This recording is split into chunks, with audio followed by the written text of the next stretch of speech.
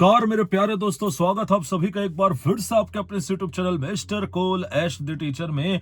तो दोस्तों, सबसे पहले तो आप सभी का बहुत बहुत शुक्रिया जो आपने मुझे इतनी वेल विशेस दी थी। जैसा कि मैंने आप लोगों को बताया था कि मैं गया हुआ था महाकुंभ और इसी कारण से 2 दिनों से मैं वीडियो नहीं ला पा रहा था और फाइनली आप लोगों की दुआओं से, आप लोगों की वेल विशेस से सब कुछ अच्छा रहा और बहुत ही अच्छे तरीके से त्रिवेणी संगम में स्नान करने का जो सौभाग्य है वो मुझे प्राप्त हुआ। तो इसके लिए आप सभी का बहुत बहुत धन्यवाद।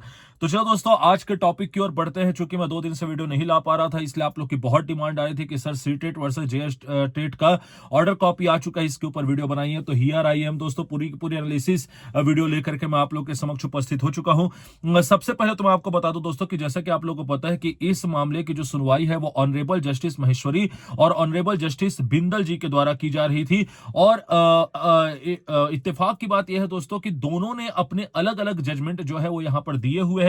तो उन दोनों का विश्लेषण करेंगे, इंपॉर्टेंट पॉइंट्स का विश्लेषण करेंगे। दूसरी इंपॉर्टेंट बात ये, आपके इस क्वेश्चन का जवाब मैं देने की कोशिश करूंगा कि क्या पूरे भारत से सीटेट को बाहर किया जा रहा है। और तीसरी और इंपॉर्टेंट बात, छत्तीसगढ़ के परिप्रेक्ष्य में मैं आपको बताऊंगा कि 5 फरवरी को जो छत्तीसगढ़ में काउंसलिंग की प्रक्रिया सहायक शिक्षक की शुरू हो रही है, क्या उसमें से सीटेट को वंचित रखा जाएगा। तो ये सारे प्रश्नों का जवाब आपको वीडियो के अंत तक मिल जाएगा, इसलिए वीडियो को अंत तक जरूर देखेगा। चैनल पर नया है तो चैनल को सब्सक्राइब करके बेल आइकन दबा दीजिएगा। 53% अभी भी ऐसे लोग हैं जो बिना सब्सक्राइब किए देख रहे हैं मेरी वीडियो, तो भैया चैनल को सब्सक्राइब करके वीडियो देखिए, आपको और भी आनंद आएगा। तो चलिए दोस्तों, स्टार्ट करते हैं। सबसे पहले हम बात करते हैं दोस्तों ऑनरेबल जस्टिस महेश्वरी जी के जजमेंट में, क्योंकि उन्हीं के जजमेंट में सारी बातें जो है वो क्लियरली लिखी गई है, जिसमें उन्होंने 63 पैराग्राफ में अपना जजमेंट जो है वो सुनाया है दोस्तों। वही अगर हम बात करें ऑनरेबल जस्टिस बिंदल की, तो उन्होंने 13 पैराग्राफ में अपना डिसीजन सुनाया, लेकिन उन्होंने उसमें मॉरली बहुत सारी ऐसी बातें की है जो हमको जाननी जरूरी है दोस्तों। तो चलिए स्टार्ट करते हैं। इंपॉर्टेंट पैराग्राफ की ओर चलते हैं दोस्तों। जो 63 पैराग्राफ का जो जजमेंट ऑनरेबल जस्टिस महेश्वरी जी के द्वारा दिया गया है, उसमें पेज जो आपका 51 नंबर का पैराग्राफ है वो बहुत इंपॉर्टेंट, जिसमें बोला गया है the appellants have argued that in the light of section 23(2) of the RTI act only the central government has the power to relax and the eligibility criteria. पर contra the respondents have argued that in view of para 10 of the NCTE guideline dated 11th of February 2011, the state government has the power to relax to consider CTET और STET। तो यहां पर कुल मिलाकर के RTE act को consider किया गया दोस्तों इस वाले जजमेंट में, कि भैया जो पिटिशनर थे उनकी ओर से ये याचिका लगाई गई थी कि केवल सेंट्रल गवर्नमेंट को ही ये पावर है कि वो रिलैक्सेशन दे सकती है, बाकी स्टेट गवर्नमेंट को लेकर के ऐसा कोई भी पावर नहीं है। यहां पर यह बात कही गई है बेसिकली। तो 51 नंबर के पैराग्राफ में, 51 नंबर के पैराग्राफ के बाद जो हमारे लिए बहुत इंपॉर्टेंट पैराग्राफ हो जाता है दोस्तों, वो हो जाता है पैराग्राफ नंबर 55। और ये क्यों इंपॉर्टेंट हो जाता है, क्योंकि इसी के बेसिस पर फाइनल डिसीजन दिया गया दोस्तों। और वो बेसिस ये है कि भर्ती प्रक्रिया के नियमों में बीच में परिवर्तन नहीं किया जा सकता। कुछ याद आया दोस्तों? जी हां, आपको बिल्कुल याद आया होगा। पूरे छत्तीसगढ़ में सबसे पहले मैंने ही संवैधानिक पीठ के इस फैसले को कवर किया था दोस्तों। उस केस का नाम था तेज प्रकाश पाठक केस, जिसकी लिंक मैं आपको डिस्क्रिप्शन बॉक्स में दे दूंगा। इसके अलावा यहां पर आपको उस थंबनेल की मैं आपको फोटो भी लगा करके दिखा दूंगा कि मैंने इस मामले के ऊपर 3 वीडियो बनाई थी दोस्तों। तो उसे जाकर के जरूर चेकआउट कर दीजिएगा। और उसी के बेसिस पे झारखंड में से सीटेट को बाहर किया गया दोस्तों। जैसे कि इसमें लिखा गया है, the position of law as per Tej Prakash Pathak is therefore clear that the recruitment process commences from the issuance of the advertisement and the eligibility criteria as laid down therein can not be changed midway during the recruitment process unless the extant rules or the advertisement permit such a change after the issuance, even if such a power or to amend is reserved in the advertisement और the rules, it must be tested on the anvil of article 14 and passed the test of non attribution. यहां पर आपको मैं clear बता दूं दोस्तों कि ये जो केस है इसमें क्या डिसीजन दिया गया, इसके ऊपर मैंने ऑलरेडी डिटेल्ड वीडियो बनाई थी। तो उसे जाकर के आप देखेंगे तो तेज प्रकाश पाठक केस क्या है ये आपको क्लियर हो जाएगा दोस्तों। अभी फिलहाल ये जान लीजिए आपकी इसी बेसिस पे झारखंड टेट को एलिजिबल किया गया और सी टेट को बाहर किया गया है। इसका मतलब झारखंड से सी टेट को बाहर करने के पीछे तेज प्रकाश पाठक के मामले में जो संवैधानिक पीठ का फैसला दिया गया था दोस्तों, वही यहां पर बेंचमार्क बना है। इसके बाद जो इंपॉर्टेंट पैराग्राफ है दोस्तों वो है हमारे लिए पैराग्राफ नंबर 56, जिसमें लिखा गया कि the learned council for the respondent referring clause 5(1) of the advertisement number 13 made an attempt to contend that the last date of submission of application form which is amended time to time may be taken as the date of eligibility for ready reference। यहां पर यह बोला गया है कि जो आपका final notification था, जो एडवर्टाइजमेंट में चेंज करने का जो ड्यूरेशन था, उसमें किसी प्रकार का कोई भी परिवर्तन नहीं किया गया, ना ही परिवर्तन किया जाना संभव था, और माननीय हाई कोर्ट ने भी इस चीज को अपने फैसले में ध्यान में नहीं दिया, इसलिए यहां पर से सीटेट को बाहर किया गया है। तो ये जो पैराग्राफ नंबर 56 है दोस्तों, ये भी हमारे इंपॉर्टेंट हो जाता है।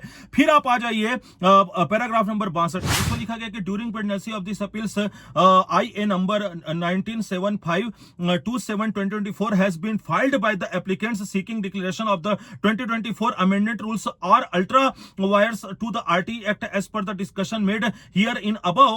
We are not expressing any view in the regard of ultra wires of the amendment rules since they are not under challenge before the High Court or before this court. However, our judgment would apply only with respect to the questions posited.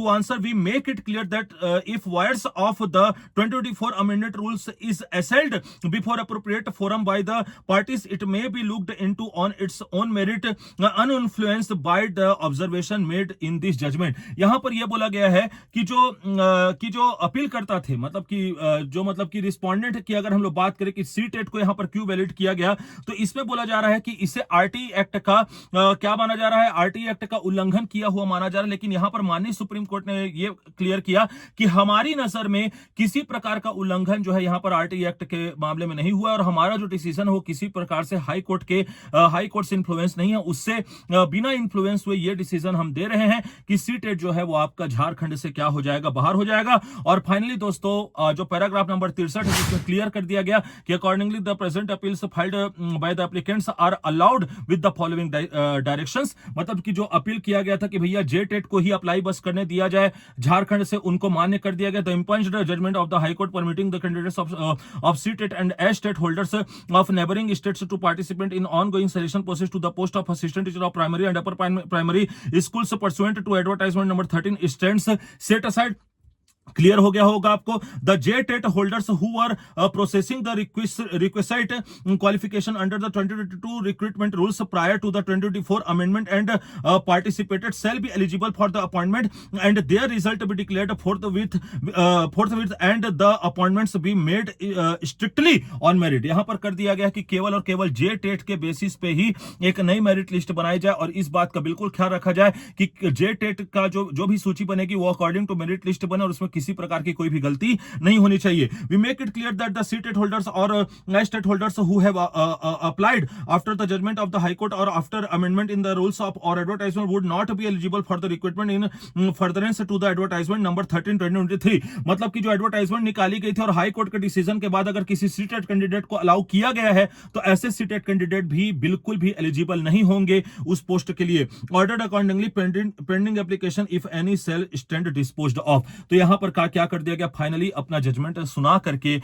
यहां पर मामले को dispose कर दिया गया दोस्तों। तो जैसा कि मैंने आप लोग को बताया कि ये थे जस्टिस महेश्वरी, जिन्होंने अपने 63 पैराग्राफ के जजमेंट में पूरी तरीके से मामले को क्लियर कर दिया कि क्या ऐसा था, क्या रहा, क्यों हुआ और क्यों सीटेट को बाहर कर दिया गया झारखंड टेट से। अब वहीं अगर हम बात करें दोस्तों ऑनरेबल जस्टिस राजेश बिंदल जी का जो जजमेंट आया तो उन्होंने मात्र 13 पैराग्राफ में ही अपना जजमेंट दिया दोस्तों। लेकिन उसमें से जो इंपॉर्टेंट बातें रही है वो ये रही है कि उन्होंने सबसे पहले तो ऑनरेबल जस्टिस महेश्वरी जी के पैराग्राफ नंबर 26 का समर्थन किया है, पहली बात उन्होंने ये बोला। और दूसरी बात, उन्होंने अपने जजमेंट में गुरु ब्रह्मा गुरु विष्णु गुरुदेव महेश्वरा गुरु साक्षात परम ब्रह्म तस्मै श्री गुरुवे नमः इस श्लोक का भी वर्णन किया और बोला कि गुरु का जो पद है वो सबसे महान पद होता है, सबसे ऊंचा पद होता है। और इसके बाद फिर अपने लास्ट पैराग्राफ नंबर 13 में उन्होंने एक कुछ ऐसी बात कर दी दोस्तों जो वाकई में हम सभी सुनने के लिए तरस गए थे और बिल्कुल ऐसा ही होना चाहिए। उन्होंने कहा है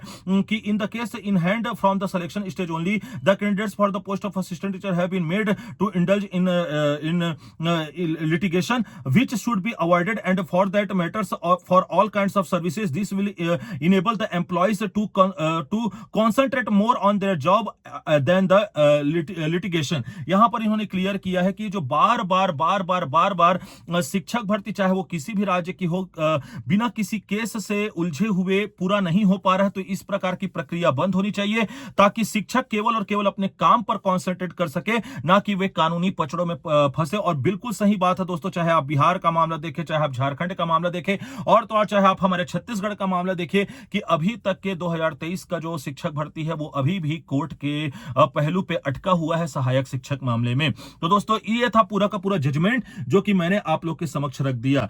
अब यहां पर आपके 3 इंपॉर्टेंट क्वेश्चंस का मैं जवाब दे देता हूं। क्या झारखंड से सीटेट बाहर हो गया है? तो एब्सोल्युटली इसमें कोई डाउट नहीं है दोस्तों, झारखंड से सीटेट को बाहर कर दिया गया है। झारखंड अब वो चौथा राज्य होगा, हरियाणा, राजस्थान, वेस्ट बंगाल के बाद अब झारखंड वो चौथा राज्य होगा जहां पे सिर्फ और सिर्फ उनके ही स्टेट का टेट जो है वो अलाउड किया जाएगा। पहली बात ये।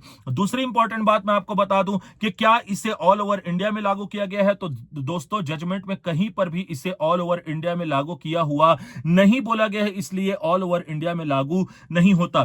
तीसरी इंपॉर्टेंट बात, क्या छत्तीसगढ़ के सहायक शिक्षक काउंसलिंग में भाग लेने वाले सीटेट कैंडिडेट से जो है अपनी काउंसलिंग प्रक्रिया से वंचित रह जाएंगे? आंसर है दोस्तों नहीं, क्योंकि जैसा कि मैंने आप लोग को पहले ही बोल दिया था, लोग अफवाह उड़ा रहे थे कि सीटेट वाले बाहर हो जाएंगे, ऐसा है वैसा है, दुनियादारी है। भविष्य में जो होगा वो अलग बात है दोस्तों, लेकिन अभी सीटेट वाले जो है वो सहायक शिक्षक के काउंसलिंग की प्रक्रिया में बने हुए हैं। उन्हें किसी भी प्रकार का कोई भी खतरा नहीं है, उन्हें किसी प्रकार का कोई भी टेंशन लेने की आवश्यकता नहीं है। आप बेफिक्र होकर के 5 फरवरी के काउंसलिंग की प्रक्रिया की तैयारी कर सकते हैं। तो दोस्तों ये था सीटेट वर्सेस जेटेट का पूरा विश्लेषण जो कि आपको जानना था आवश्यक, और मुझे लगता है कि आपको सारी बातें हो गई होंगी क्लियर। इसके अलावा दोस्तों मैं आपको बता दूं, BEd versus DEd contempt of court hearing के लिए भी आप लोग लगातार मुझसे प्रश्न पूछ रहे हैं, उसके ऊपर भी आज ही वीडियो आने वाली है। उसके पहले इस वीडियो को ज्यादा से ज्यादा लाइक और ज्यादा से ज्यादा शेयर कर दीजिएगा दोस्तों। और हां, जैसे आप हमेशा मुझे अपनी दुआओं में याद रखते हैं, ऐसे मुझे अपनी दुआओं में याद रखिएगा। और दोस्तों मेरे चैनल को सब्सक्राइब करके बेल आइकन दबाने के साथ साथ टेलीग्राम चैनल को जरूर फॉलो कर लीजिएगा, क्योंकि 5 फरवरी का डेट नजदीक आ रहा है और नजदीक आ रहा है।